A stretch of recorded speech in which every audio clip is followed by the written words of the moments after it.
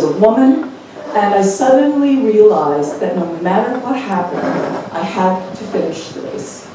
I had to finish the race.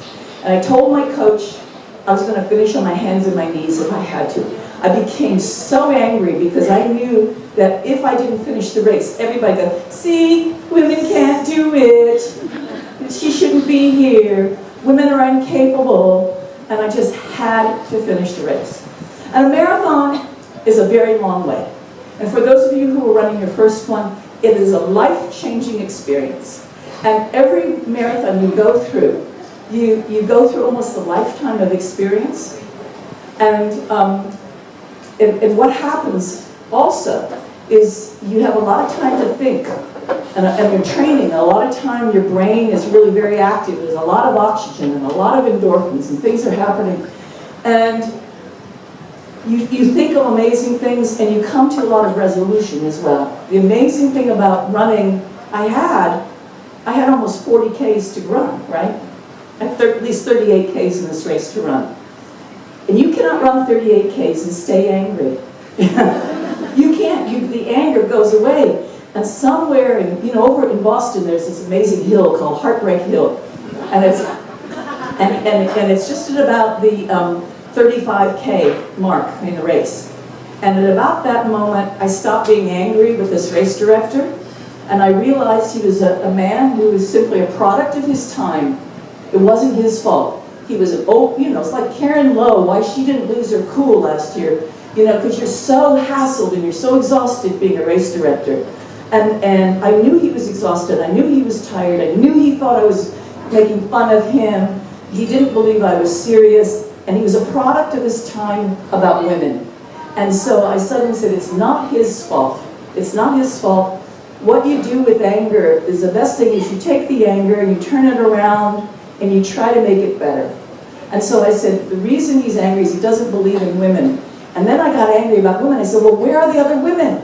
Why aren't there women here? And then I realized that they didn't have the same opportunities that I had. Where my dad encouraged me to run, and I met this guy, Arnie, and I had a neat team at the university. And I said, they're not here because they're afraid. They believe all the old myths, that you're going to turn into a man, or you're going to get big legs, or you're going to grow hair on your chest, you're never going to have babies. These are all the things that they told you. And I thought, if I could only change that, and the way I can change that is by creating an opportunity for women. I just want to tell you one thing that I'd like you to really remember from my talk today, okay? Is that opportunity is everywhere. Everywhere. It's sorry. Wait, let me start again. I lost my oxygen running around the room. Talent is everywhere. Talent is everywhere. It only needs an opportunity, okay? So you create an opportunity, people will come. Karen Lowe and Fred and these guys have created a wonderful opportunity. And that's for you because it will help you change your life. I often say, I started that Boston Marathon as a young girl, and I ended the race as a grown-up woman. And I think that it is because this event changed my life. It was an absolute amazing awakening for me. So one of the things, and this is one of the things I want the Avon ladies who are here today, the Avon representatives, the executives who are here, especially to hear this amazing story. When it came to creating opportunities, I knew that all the committee meetings in the world weren't going to work, that we needed to put women's running on the map with a beautiful corporate sponsor. And I wrote a proposal and I took it to Avon Products in New York City. And the proposal was how to create a series of races for women to help them develop, to have a clinic and training series, such as Karen is doing here, to bring women along. You can't put on a race and tell somebody to come and run it if they don't know how. So you need some training, you need some confidence, you need to know how to get shoes and to stretch and to run. And so I did a series of clinics, and then we put on these races. And I took the proposal to Avon.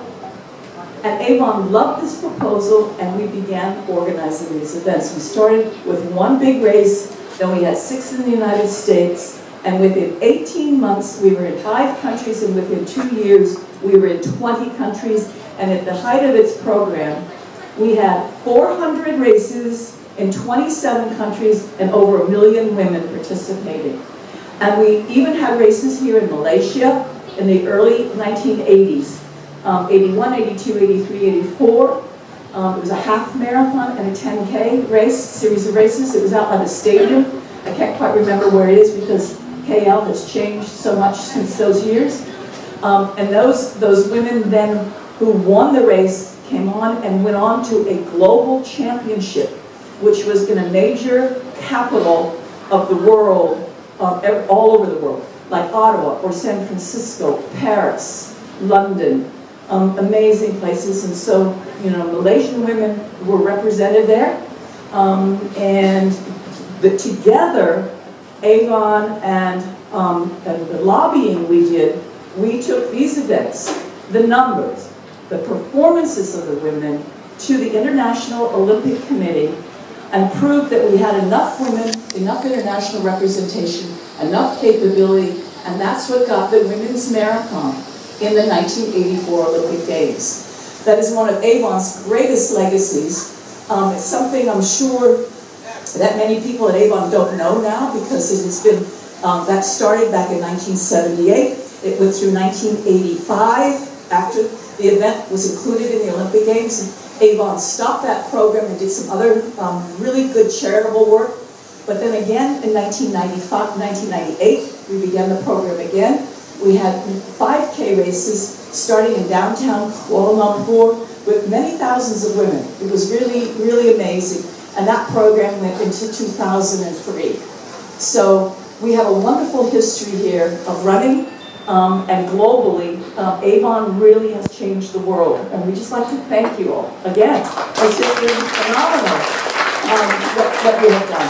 Absolutely phenomenal. One of the greatest legacies, because let me tell you, when the first woman, her name was Joan Benoit, came into the Olympic Stadium in 1984, there were 90,000 people in the stadium. When she came out of the tunnel into the stadium, everybody came to their feet and screamed and cheered for her. And I was doing a television commentary that day for ABC Sports in the United States. It was very hard for me not to cry because I was trying to be a journalist, trying to be objective.